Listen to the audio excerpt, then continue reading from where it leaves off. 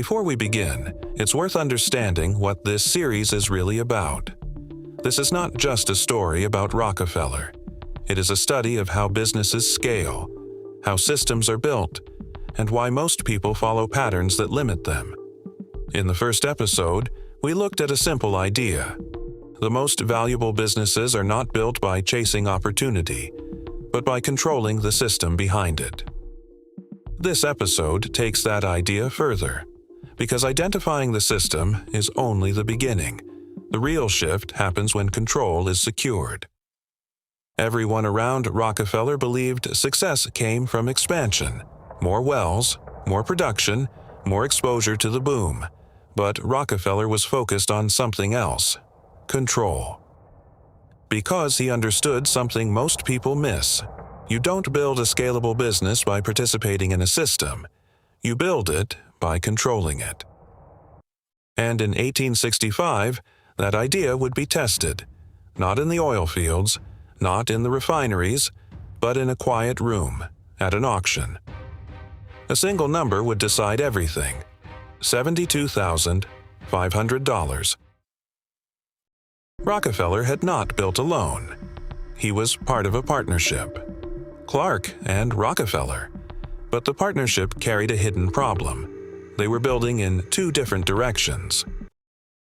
To understand this moment, you have to step into the reality of the 1860s.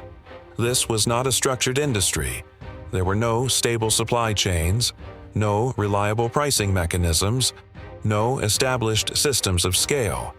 The oil regions were chaotic. Production surged without coordination. Prices collapsed without warning.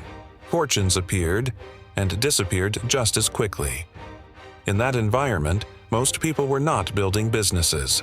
They were reacting to conditions. And it was inside that instability that Rockefeller began to think differently. Clark followed the market. Rockefeller resisted it. Clark wanted expansion. Rockefeller wanted control.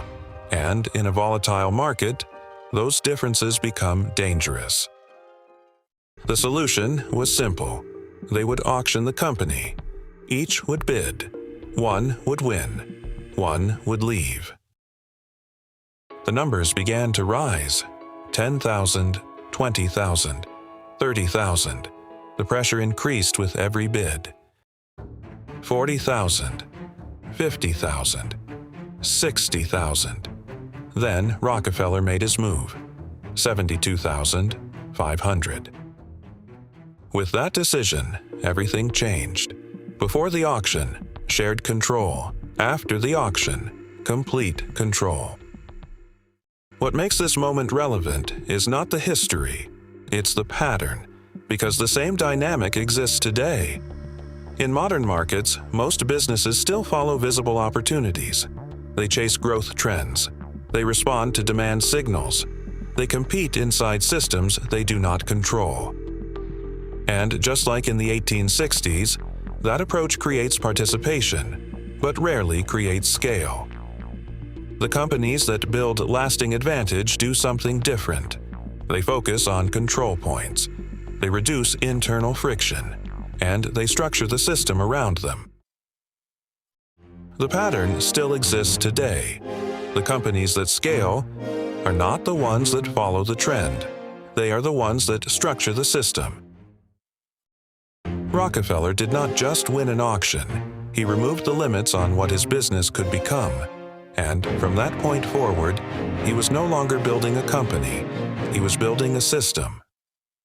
And that is why following the trend is rarely enough. Trends create movement. Systems create scale.